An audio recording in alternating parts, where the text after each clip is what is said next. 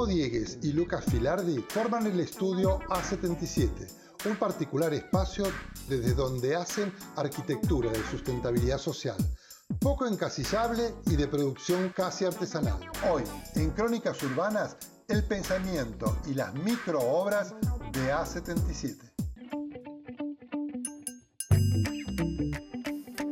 La vocación por la arquitectura empieza en la niñez, digamos, en los placeres de la niñez, de dibujar, de poder construir jugando y pensar en que se podía construir algo que nunca alcanzaban las piezas para poder hacerlo, y un poco, tal vez en el deseo inconcluso de no poder terminar con lo que estaba haciendo, es que empieza a aparecer esta cosa de poder hacerlas de verdad. Mi vocación por la arquitectura se dio, bueno, a través quizás de la figura de mi padre, que es arquitecto, y la de mi tío, su hermano menor, que también era arquitecto, ella falleció. Y de chico también trabajaba mucho con armar maquetas de avioncitos, maquetas de trenes, investigar las cosas, cómo están construidas, las estructuras, eso siempre me gustó mucho. Recuerdo de charlas con mis compañeros de entonces en ciclo básico, largas caminatas por lo que era la demolición de la autopista 3, Donado, Holmer. Me acuerdo una charla en particular con un amigo en el que nosotros nos alternábamos a lo largo de la charla si hacíamos diseño gráfico o arquitectura. Y finalmente, bueno, la arquitectura fue por algo que sentía como una cuestión de compromiso más fuerte con lo social. Pienso que fue muy importante la construcción de un grupo de amigos en la facultad. Fue tal vez más importante que los contenidos que fui teniendo. Sobre todo porque ese grupo de amigos se convirtió en un grupo de construcción de conocimiento. Poco a poco fuimos entendiendo cómo estudiar, fuimos entendiendo qué cosas nos gustaban y qué cosas no nos gustaban, y las discusiones se daban como muy fluidamente. Y en realidad hubo gente muy cercana a nosotros que nos había dado clases, por ejemplo, ¿no? Puedo decir nombres como por ejemplo de Roberto Lombardi, para mí fue como una persona muy importante. Jorge Mele fue un profesor como muy importante para construir la idea del mapa de gentes posibles para estudiar. Nosotros estábamos en el taller de Miguel Roca, y en ese entonces Miguel tenía una gran dedicación por la universidad, sobre todo en el momento en que venía a Buenos Aires periódicamente y todas las semanas, y se traía y se quedaba en la universidad todo el día. Y Pancho Liernur también fue muy importante en la última etapa de la carrera, sobre todo para despertar cierto espíritu crítico. Cuando terminó el CBC, mi tío me dice, vení a la cátedra de Miguel, no des vueltas, vení a la cátedra esta y punto. Bueno, voy, se acabó. Como no voy a confiar en mi tío, que era como una especie de ídolo como arquitecto, así que fui para ese lado y cursé los 6 años ahí, en esa cátedra. Con Miguel nos hicimos amigos, después fui docente en su cátedra. La vida profesional arranca trabajando en el estudio del padre de Lucas Gilardi. Estábamos recién terminando de cursar, todavía no habíamos dado los finales y ya estábamos trabajando en el estudio. Y hacíamos proyectos de vivienda social y vivienda colectiva, muchos proyectos. Fue como un entrenamiento para producir proyectos de gran escala y muy rápidamente. Al poco tiempo nosotros fuimos a un taller de pintura que era del padre de Pío Torroja, que era otro de los grandes amigos que tenemos y que tuvimos desde esa época, que era artista plástico. Y ahí encontramos otras finalidades, otras formas de acercarse al trabajo, que eran las de un artista, ¿no? Entonces empezamos a tener como una oficina propia, éramos 5 personas, en donde hacíamos proyectos, concursos. Entonces fue una etapa de mucho estudio también. O sea, ese tiempo fue muy invertido en estudios. Estudiamos filosofía, estudiamos estética con Alberto de Lorenzini, que era un profesor, una persona para nosotros muy valiosa también en ese momento.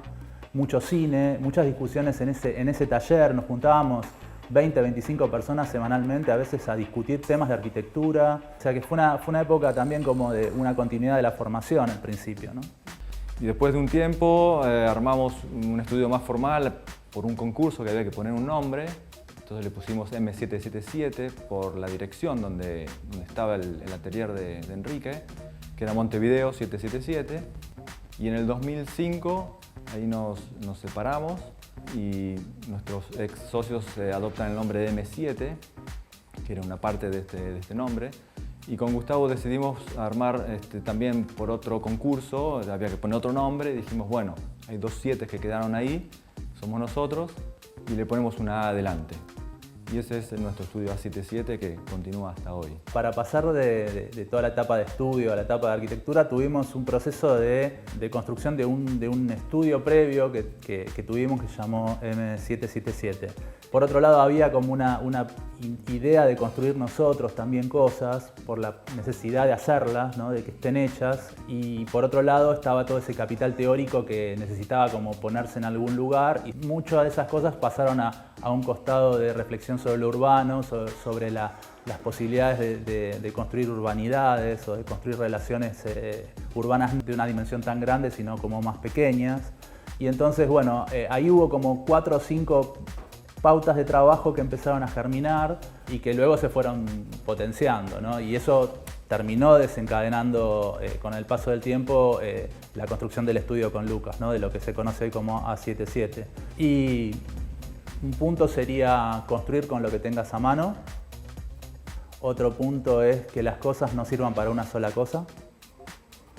Otro punto sería algo que nosotros llamamos la política de constelaciones temporarias, que obedece a pensar que los problemas y las soluciones están en el mismo lugar, que no hay que buscarlas las soluciones fuera del lugar donde ocurren, y que si uno sabe unir los puntos de esa constelación, encontrar bien cuál sería el dibujo de esa constelación en ese lugar, le está dando al clavo.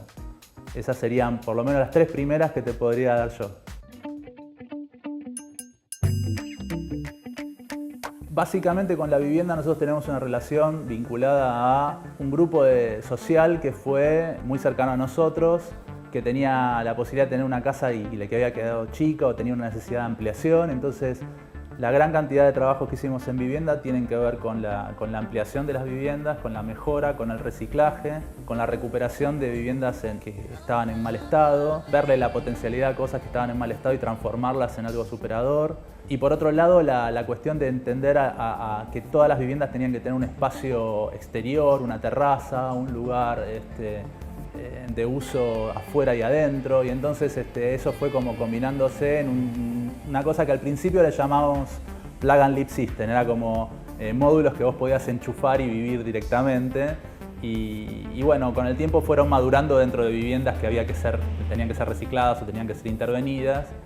Y entonces se tradujo a ampliaciones con materiales livianos o con ensambles en metal y el uso de madera y materiales que podíamos fácilmente construir o llevar adelante sin mayores trastornos para la vivienda anterior. Bueno, entonces todo eso fue derivando en una especie de sistema constructivo propio. El primero tiene que ver con esa idea de vivienda Plug and Live System, de sistema que se puede ampliar rápidamente, y fue nuestra primera obra, que fue la ampliación de la casa de Lucas, propiamente, digamos, dentro de nuestro propio estudio como laboratorio de trabajo, y es una casa hecha enteramente con material reutilizado de descartes de la industria del automóvil.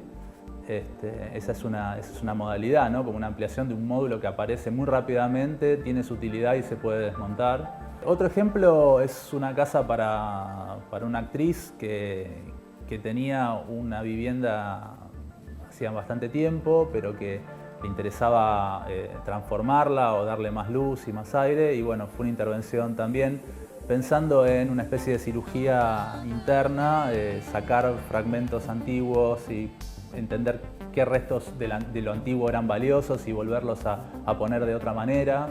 De hecho, techos que se desmontan y que se vuelven a transformar esos materiales en otro tipo de materiales para un nuevo techo, o la construcción de un patio en donde antes había un ambiente, o una terraza donde antes había un ambiente. Esos trabajos de vivienda son los que nosotros fuimos como aprendiendo a intervenir, midiendo las relaciones también con la persona a la cual se le estaba destinando, ¿no? Entender qué cosas realmente quería e interpretar eso, pero también leyendo los restos de lo anterior, ¿no? De la casa que había anteriormente, sin que pierda valor, pero dándole un nuevo sentido a toda la intervención. Con respecto a nuestros clientes, a nuestros encargos, tenemos una diversidad de encargos que provienen de diferentes lugares. Por ejemplo, del lado de la esfera privada, un encargo muy lindo fue un pH que teníamos que reciclar, que fue a través de una pequeña escalera que yo hice en la casa donde vivo, en un vecino. Una vez le hice una escalera para un niño, para subir a un altillo, Y el amigo lo visitaron a unos amigos y dijeron, ¿quién hizo esa escalera? Bueno, el vecino de acá al lado. Ah, queremos conocerlo. Entonces nos conocimos, estos chicos se compraron un PH por Carranza y nos pedían un entrepiso. ¿Qué queremos hacer un entrepiso? Bueno, vamos a verlo. Y cuando entramos a la casita patio típica, les dijimos, pero ustedes más que un entrepiso necesitan un techo grande allá arriba y esto lo pueden transformar en otra cosa. Y les gustó. Entonces nos largamos a hacer esa obra. Todo con madera, con un carpintero que conocimos que fue un artesano increíble. Y eso anduvo muy bien. Ellos después vendieron esa casa, le hicimos el entrepiso también, en una segunda etapa, pero después se compraron otra casa más grande. Y seguimos trabajando con este cliente y se transformó en una especie de amigo. Y hoy en día a veces nos llama y nos dice muchas gracias por habernos conocido, os agradezco la vida. Ahora estoy yo haciendo las refacciones dentro de mi casa con las cosas que aprendí con ustedes. Entonces que quedó una relación como muy interesante, muy afectiva y que nos llena de orgullo, ¿no? Haber logrado eso en esta profesión, ya eso paga. La Casa Concepción Arenal es justamente la segunda casa de este cliente con el que tuvimos tan buena relación. Es una casa en un terreno de 8 por 15 y nuestro cliente, bueno, tenía muchas pretensiones. Entonces le pedimos que escriba todas esas pretensiones que tenía, como armando una especie de programa. Y en base a eso fuimos dialogando y encontrando una solución. Pero tenía ideas como, por ejemplo, tener una pileta para hacer un largo, él decía. Quería levantarse a la mañana y hacer un largo. Bueno, pero en un terreno pequeño, un largo medio que no da. Entonces, bueno, eso fue un diálogo largo, pero muy interesante. También participaba su mujer, que tenía ideas muy buenas. Y hicimos varios dibujos, varios anteproyectos, hasta que lo presupuestamos. Y bien, sostener una pileta en una terraza es caro. Entonces en hormigón daba un número que era inviable para el cliente. No, esto no lo puedo hacer. Bueno, entonces empezamos a ver, hacemos la estructura de hierro. Y de hierro usado, porque se consiguen perfiles a muy buen precio acá en Buenos Aires. Como hay tanta demolición, hay unos buenos corralones con materiales.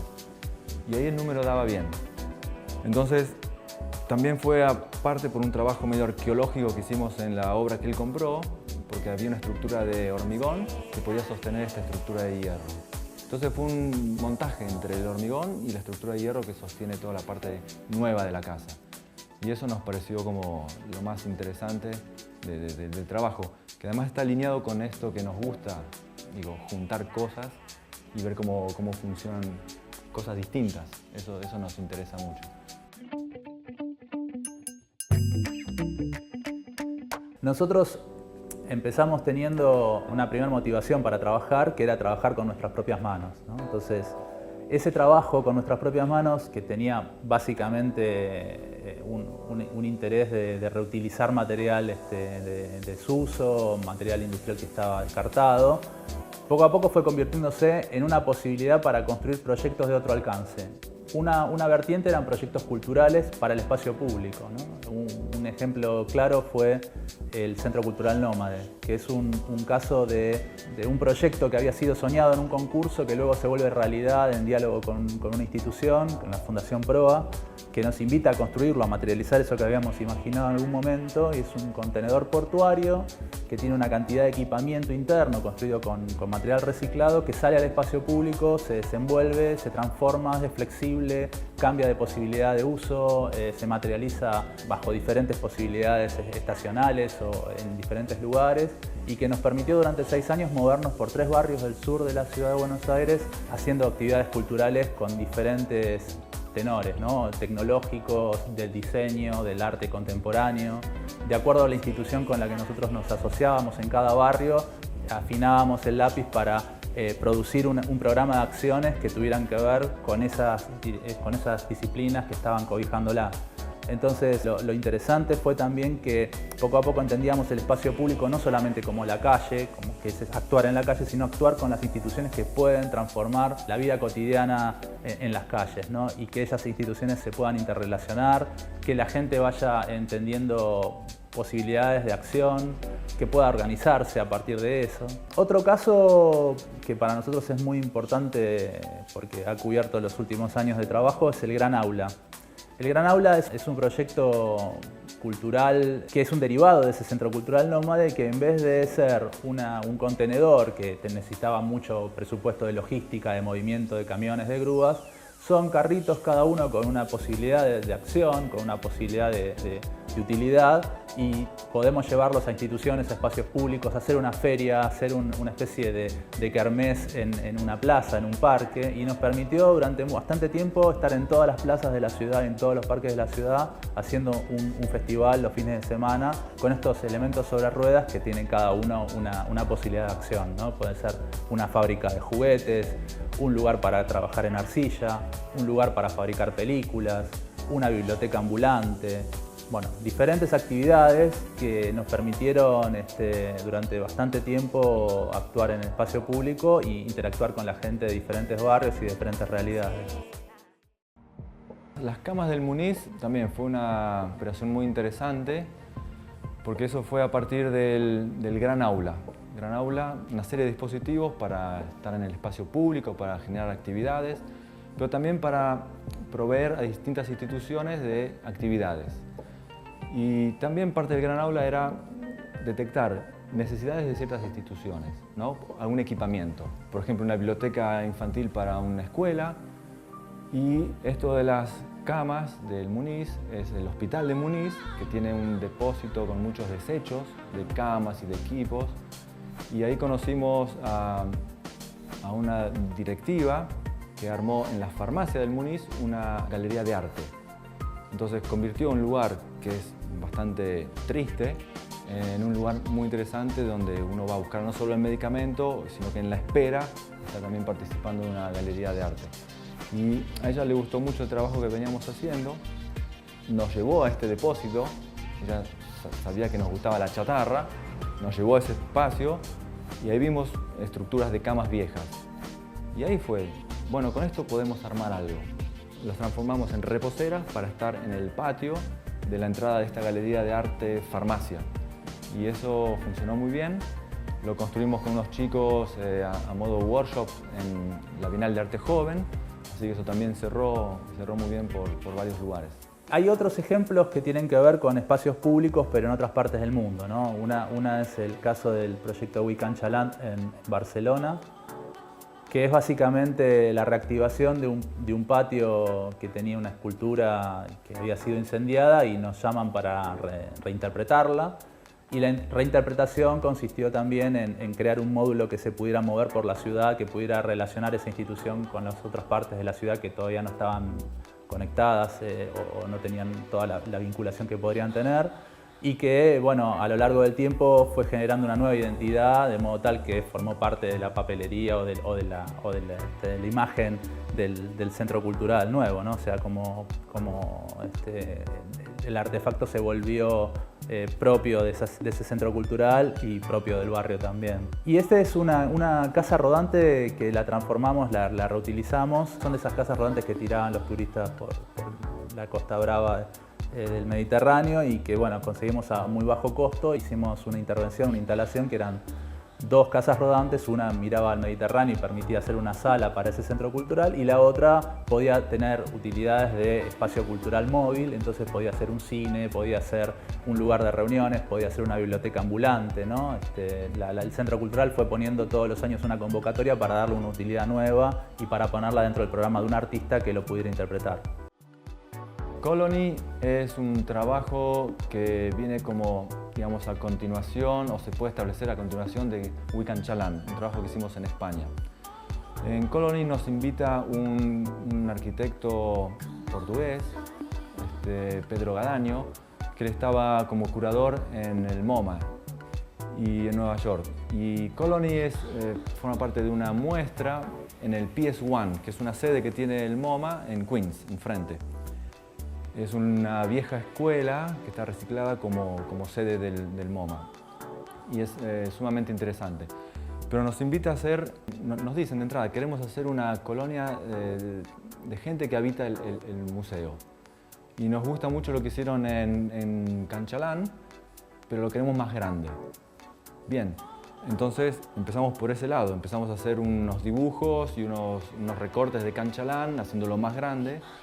Y estaba interesante, porque en Nueva York todo es más grande, entonces hicimos 2, 3 pisos de estructuras de andamios con las casas rodantes y un montón de equipamiento, de cosas.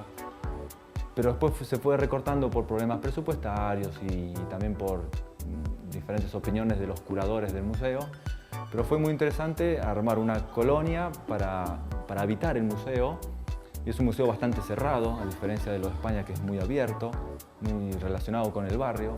En cambio, el PS1 es más hermético, es más un lugar cerrado de hormigón, más medio una cárcel. Pero funcionó muy bien y se armó una programación para distintos grupos de personas, ¿no? Tanto artistas como arquitectos o cocineros.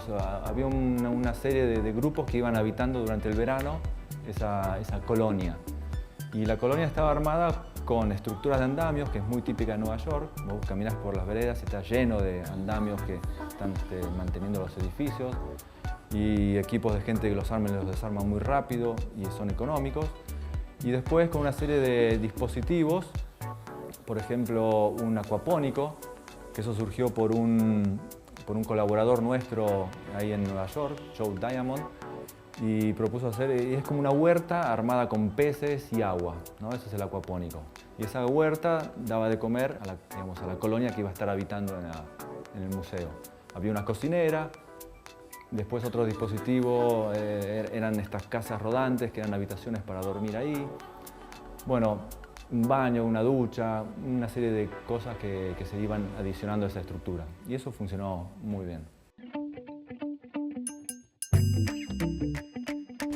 La relación de A77 con el teatro se dio a través de un trabajo que había estado haciendo Gustavo en la Universidad de Palermo, en el barrio del Abasto. Estuvo participando ahí en una serie de encuentros con distintas instituciones del barrio relacionadas con la Facultad de Arquitectura de la Universidad de Palermo. Y él ahí conoció a gente que dirigía teatros.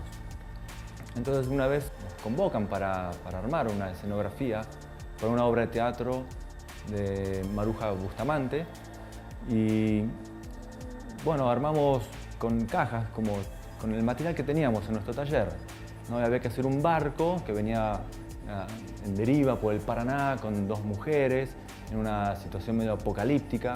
Paraná por A se llama la obra, es muy buena obra, y con unas cajas de autopartes armamos un barco, así atornillado, rápido, con un mástil, una vela de nylon. Y esa fue la escenografía de la obra, que tuvo en cartel, digamos, mucho tiempo. Luego también fue a España, así que estuvo de gira. Luego nosotros guardábamos también esa escenografía en nuestro taller, la tuvimos ahí un tiempo largo. Y esa fue una primera. Después también para el mismo grupo hicimos otras 2 escenografías. Y es muy interesante trabajar con actores, con las escenografías. Así que es una beta que la tenemos ahí para seguir desarrollando. Otra escenografía fue Hunda en el Belgrano, también una obra de teatro, ahora no me acuerdo bien el autor, pero era del mismo grupo de actores, y era armar como una representación del Belgrano, ¿no? del torpedero ese que se hundió en Malvinas. Entonces también hicimos con unos fenólicos, unos recortes, unas articulaciones, y era como una especie de grada que tenía como un perfil de barco, que también se iba transformando durante la obra de teatro. Luego también hicimos otra obra que era Romeo y Julieta, pero en versión skater. Entonces era una pista de skate con unas casitas, y bueno, ahí se daba la escena. Pero era también todo armado con cajas y algunos desechos que teníamos en el taller. Siempre muy económicas las escenografías. Inquietos, inclasificables, nómades, sensibles. Así son los A77. Así es su arquitectura, con al menos 3 consignas claras y permanentes. Construir con lo que tienen a mano, que las cosas sirvan para más de una sola cosa, y entender que las soluciones siempre están en el mismo lugar que el problema. Esto fue Crónicas Urbanas con A77. Nos vemos la próxima semana.